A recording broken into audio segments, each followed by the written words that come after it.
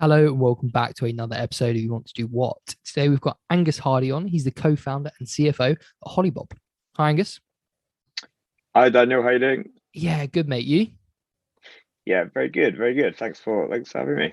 Pleasure. I'm excited to get stuck in. So do you want to tell everyone a bit about what you do? Yeah, I'm Angus, as you said. I'm co-founder and chief financial officer of Holibob. Holibob is a business-to-business marketplace for things to do. So essentially, where this all started was me and my flatmate at uni. We essentially started selling tours and we started selling ski trips out of our university flat. Um, Sort of as we were getting towards graduating, we sold a few more than we expected. And while we were kind of in the space, in the sort of selling products in the travel space, we came to realize that there was basically a an opportunity for an aggregator of things to do that would sell those products B2B, sort of in this running this ski operation. And as a result, we started Holibob. So that's where the sort of business came from. It's been running, getting on for 3 years now. And yeah, I am the chief financial officer. My co-founder is the CFO, CEO.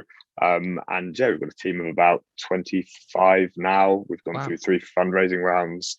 Um, and yeah, we've got some lucky to say that we've got some of the sort of world's biggest travel businesses as some of our sort of clients. And yeah, we're really starting to get to that phase as with any startup, but once you sort of get through that first 2 years and you've just managed to fine tune the sort of product market fit, you really start to sort of open up the opportunities and the business really starts to grow and sort of get onto its own 2 feet. And we're definitely at that stage now. Um, and as a result, my role sort of slowly transitions out of the generalist co-founder and sort of more into the focus of more CFO role. Interesting. So I'm really sort of astounded that there wasn't anything like this beforehand. It's such a good idea, but it seems like there should have been something like this before. How did the idea sort of really come about, and where was that? When did you realize, oh my God, nobody else is really kind of doing what we want to do? Yeah, it's a really good question. As with hopefully all good ideas, they kind of seem obvious once you've had them. But so one of the ways we describe it is in each sort of travel vertical, whether it's flights, hotels, car hire, they've all got the sort of main B2C brands. So obviously booking.com, Skyscanner for flights, hotels, and then they have the leading sort of B2B brands such as something called Amadeus in hotels, sort of, or flights rather, something called Hotel Beds in B2B for hotels. And in all of these travel verticals, there is a distinctive B2B player, with the exception of tours and experiences, where there are brands which occupy that space, but they're sort of as much B2C brands as they are B2B. So we essentially had the problem as a ski business of where do we access all of these small independent things to do, because it's not as easy as just going and talking to a big hotel chain that has thousands of rooms. You need to go and talk to a small sort of champagne tasting in Paris or a pizza sort of walking tour in Rome. These aren't sort of big suppliers. So what we had as the consumer facing ski business was we needed to basically find one truth point, one centralized aggregator fundamentally that could just give us all the products, all the walking tours, all the things to do we wanted. And then we could solve the other difficult problems of the business of getting conversion rates, getting consumers, getting the advertising right. And we found that as a real pain problem of where do we actually access this massively fragmented market through one place. And we I think the penny dropped a bit when we were talking to some other really big travel businesses, and they had the same sort of fairly acute problem of they'd won the customer, they'd sold them their what you might say their core travel product, so a hotel, a flight, and it would then be quite straightforward to not straightforward, but the consumers then could be interested in buying something to do from that travel business, but for them to try and access that product was very difficult. And at that point, we thought, hang on a sec, what this industry is missing is a a piece of digital infrastructure which could provide basically those products. That is bloody brilliant. What a great idea. How cool that you've taken it to, well, how many people did you say are working with you guys now? Yeah, so we're hiring at the moment. So we should be at somewhere around 25 by the end of Jan. Wow, incredible stuff. These things are a bit fluid. For you, obviously, starting this out your bedroom with your flatmate to now having almost 25 people working for you. How has it been for you over those last 3 years of having to take on more work as a business, but also having to step back from what you initially did and start delegating that to people below you and people around you? Challenging would be a good way of putting it, but I think it's kind of a case of when you do start it, you are effectively head of sales, head of legal, head of supply, not quite head of tech, but you're such a generalist, and you are so much sort of in every single element of basically a business. And as it begins to grow and it begins to mature, and you bring more specialist people who are far better at doing those roles than you are, you kind of need to tear yourself away a little bit, and that is a bit of a challenge when you're kind of seeing your baby to some extent. You're kind of passing over your sales leads to someone else, or you're kind of passing over the keys to a relationship to someone else. And it's tricky, and sort of as often with a lot of the sort of high growth startups, which are sort of the flavor of the day at the moment, that change comes around quite quickly. I mean, the business changes sort of at the moment. It's changing quarter on quarter, so it starts a little bit slower, but very quickly you have to leave your comfort zone that you've basically just built for yourself, where you sort of know what your roles are, you know what you're doing, you know where you fit in the business, and then suddenly you've brought someone in to take something off your plate, and you need to kind of reassess and work out where do you then fit in this new business that's kind of just evolved in the last sort of weeks and months. So it makes it very exciting, but it's challenging. You're constantly pushed outside your comfort zone. You've got to reassess and then crack on, really. We love having startups on the podcast because it gives us a really good idea of, what it's like to work there, how you can. We like to ask you guys how people can get jobs at startups, and this is going to be very general to start off with, and then we'll go into some depth about the different kind of roles you have and what you look for. But for a general rule, if somebody's looking to come and work at Holibob or a startup, what kind of personality traits do you think people really need to thrive in the startup world? So I'd say one of the super big things that we look for in anyone that we're trying to hire is a veracity to learn, like an absolutely sort of sponge-like approach to pretty much anything.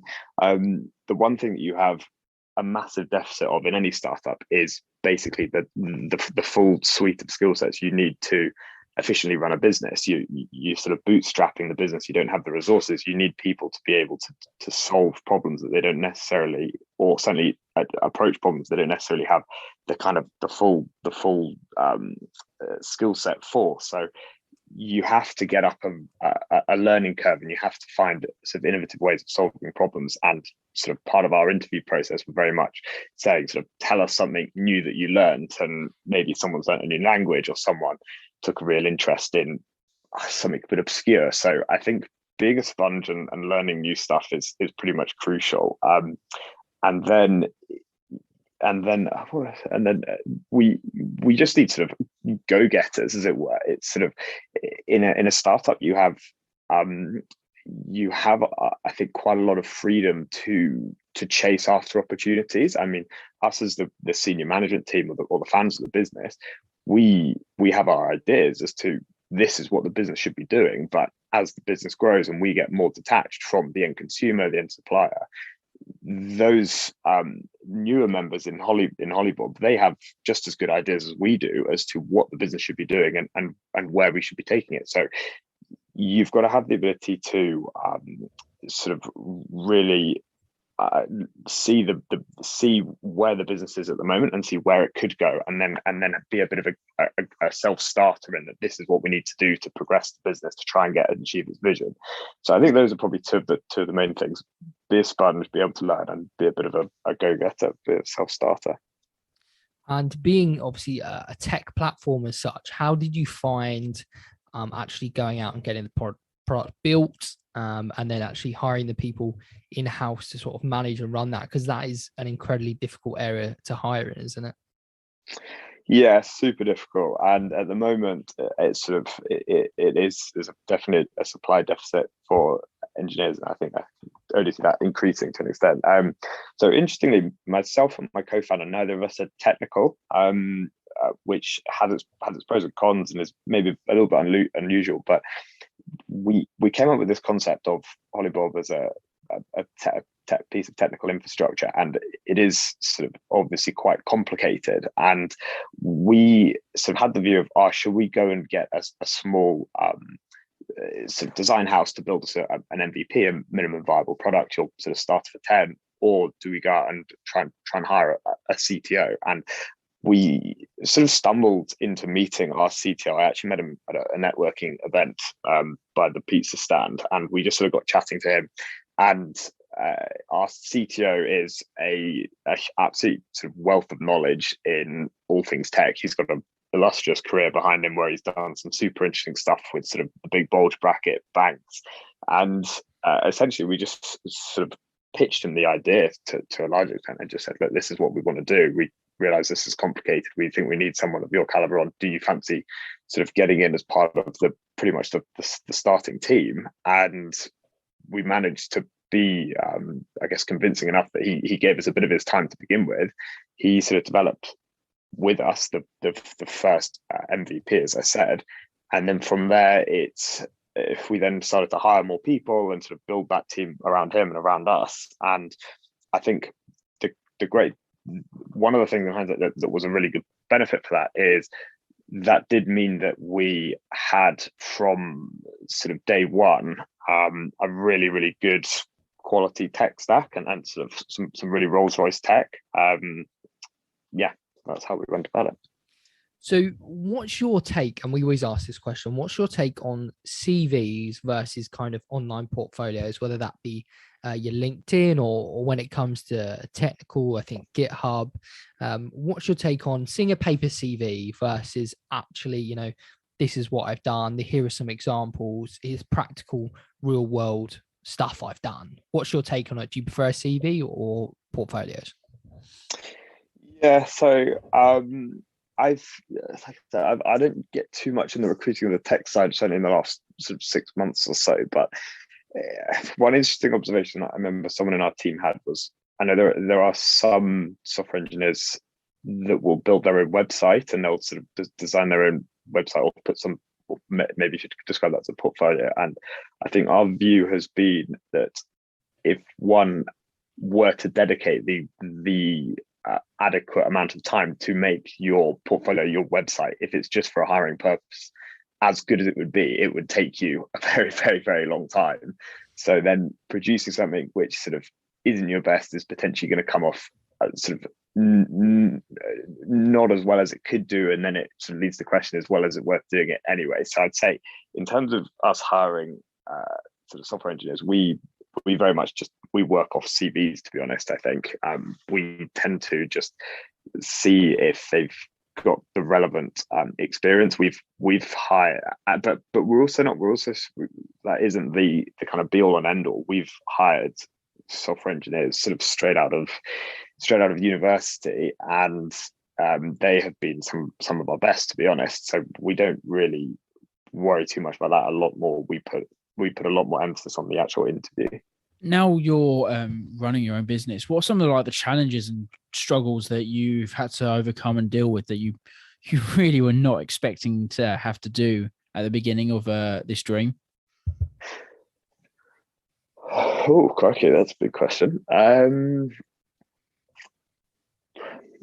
Just the odd sleepless night, perhaps, which is kind of something that is very cliche, and a lot of people say. And actually, I remember we had someone come in and give a bit of a talk, and they were like, "Oh, you'll get the sleepless nights," with a sort of smile on their face. But sleep is nothing enjoyable about sleepless nights when you're in a tricky spot. So, I mean, obviously there's the stresses and strains of starting a business, which is to be expected. I think you just, again, the learning piece, like you learn so much that I never realized that I would get to know so much about corporate finance from a legal perspective, for instance, but I've had to read through a 200-page legal document when we were doing one of our fundraising rounds. So you get to learn all about articles of association and drag along and tag along rights and things like that.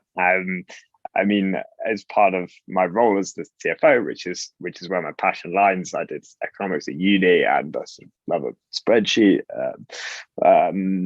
You get to learn like loads about how us selling a thing to do in Rome basically impacts the sort of the balance sheet or the financials of a business at the aggregate scale. So I sort of find that super interesting and something which maybe I sort of did expect to learn that, but probably just the sort of breadth of knowledge that you have to basically make a business run with a very, very small team.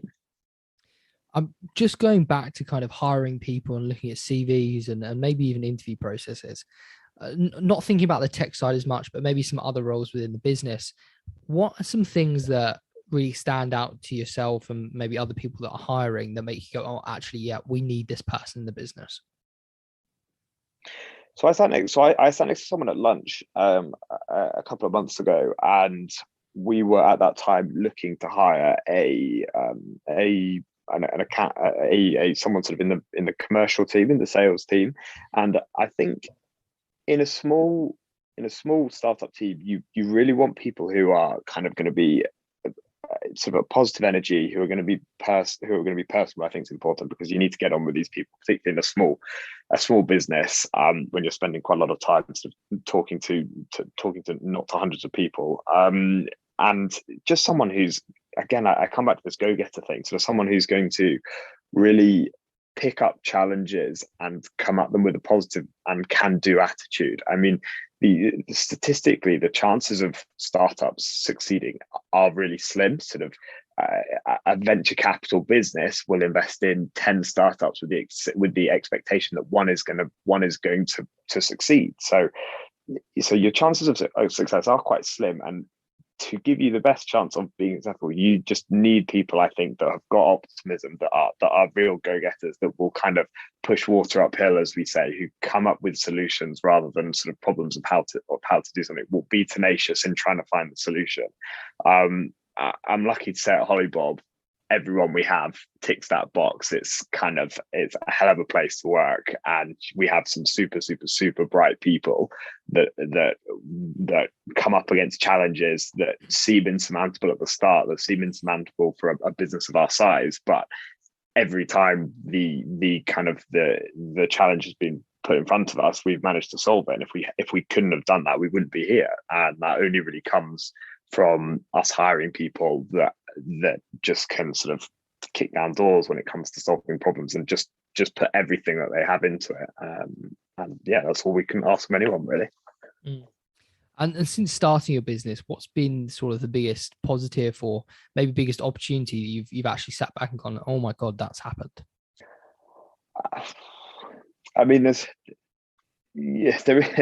is nothing like raising cash, I would say, because it seems so. It's such a definitive line in the sand. I'd say it is kind of your payback for someone. It's almost as much as someone else kind of validating that in the early days that your hypothesis, your business hunch was right. That there is sort of clever people out there who are willing to invest sort of a significant amount of cash in your idea being successful. So, I mean, that is definitely one of the good parts of running a business. I mean, making your first sale, you don't really ever forget that, and particularly with a tech business where you have to invest a lot of cash just to make your first sale, rather than selling ski holidays when you start the business the next day you're selling stuff. I mean, that was an epic moment to know that kind of your hunch that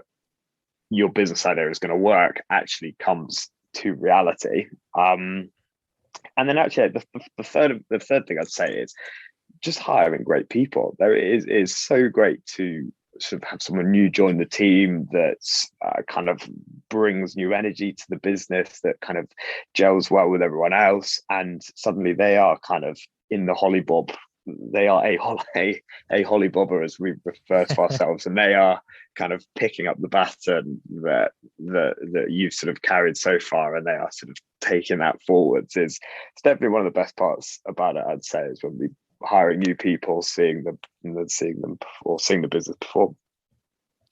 And maybe apart from the sleepless nights, what would be some less favorable aspects of this this startup world and getting involved in a new company? Less favorable aspects. I mean, every day is a learning day, which is sort of good at, which is well, fundamentally it's a good thing. But it means you because you don't have the skill sets sort of in the business that perhaps a more mature business would have. You then do need to kind of sort of work out how to do something sometimes. So I've pretty much, as part of this process, needed to teach myself accounting. I mean, I've got the qualifications now, but before, when we were running the ski business, I mean, I didn't have any sort of qualifications, particularly in anything other than an economics degree. But you are suddenly moving a lot of money around, kind of out of your bedroom, which is, as you can imagine, pretty nerve-wracking, and you don't really want to get that wrong when there's a lot on the line for it. So you do get quite broad shoulders quite quickly, and so I'd say that's one element. And then to answer your question, probably the other element is, as with any sort of early stage business, you have a lot of manual processes just as you're getting your feet off the ground, and there's a bit of that we're now actually seeing the back of as we're becoming more mature. But I'd say probably those two things. And what kind of roles do you actually have at Holibob? You know, what kind of departments do you have, and what kind of things are people doing at Holibob? So we have our technical team, so the research and sort of R&D team, which does all the software engineering, and there's we're sort of always looking for new talent in there. To be honest, we're lucky that we're sort of on the cutting edge of doing new tech, which is great. So we're sort of always looking for new headcount in there. And then on the other side of the business, we have the commercial division, and we would split that into sales. So going out and signing contracts with some big travel businesses, going to quite a lot of events, sort of making contacts. Our industry is quite sort of relationships are quite a big part of that. You're really getting to know people, and sort of and watching a business sort of evolve, and seeing when would they be interested in looking at things to do as part of their product offering.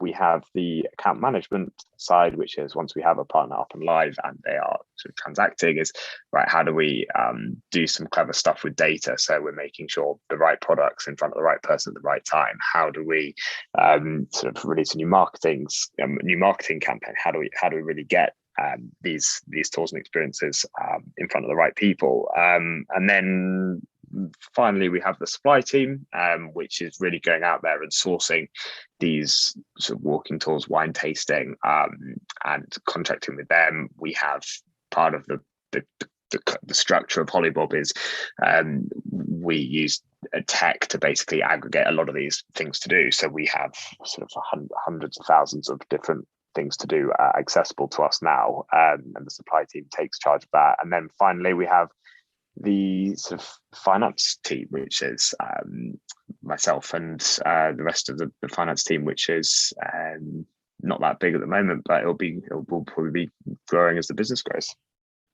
I certainly think I'd be suitable for your source team. That sounds pretty good. Starting up a new company, though, particularly you started it just before COVID and going through the whole lockdown and things like that. How have you sort of created the way you want your company to run with working from home, or do you actually have a central hub where most of you meet up day to day? So we had had COVID to negotiate through this journey, which we sort of formed the view if sort of getting through COVID and out the other side would probably be a very good thing, assuming we did, and we have. So we did need to form the team completely remotely because everything was in lockdown. So we did a lot of interviewing and a lot of getting people up to speed remotely, and that was challenging as it was for a lot of people. But I think the great thing that it gave us was the ability to now hire and not be afraid to hire sort of world over. So we've got sort of team members in New Zealand. We had briefly team members in Brazil at one stage. We've kind of got a very fluid team. Some of our software engineers will be working from different parts of Europe now and again. We kind of, I mean, when COVID came along, no one had written the book for how do you spin up a remote company from sort of nothing. So we were the same as everyone, going up again that learning curve, finding out what works, what doesn't work. I mean, one of the things that we did, which has just been absolutely fantastic, is once a week we have what we just call a coffee break, where the whole company goes on a call and you do a random breakout room. So you're on with just 3 new people each week, and the only rule is you're not allowed to talk about work. So we tried to do that to try and make a sort of office environment, and yeah, they're great. You kind of definitely finish those feeling a bit rejuvenated and stuff, and the team really enjoy them. We have got a WeWork license now, so if someone wants a WeWork pass, so they can go. We have a fair chunk of the team in London. We've got a bit of the team in Edinburgh, and we have a what we call a monthly office day, where we say it's not mandated, but generally if people want to come into an office, we'll just synchronize which office that is and when, and people can go to the one in Edinburgh or the one in Glasgow or the one in London, and yeah, just have a bit of face-to-face time.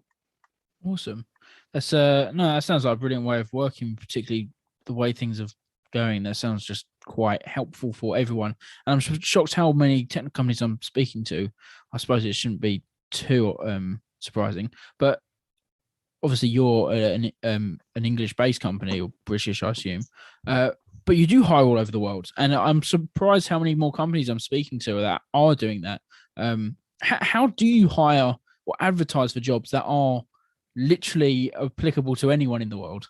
Yeah, I mean, it's an interesting one. There's a website called Angel List, which is quite a good recruiting, which you guys may have heard of, but it's quite a good recruiting platform for startups. Which we've had some application through. We've used LinkedIn quite a lot actually, and we kind of put some cash behind job roles for that, and those tend to be quite strong.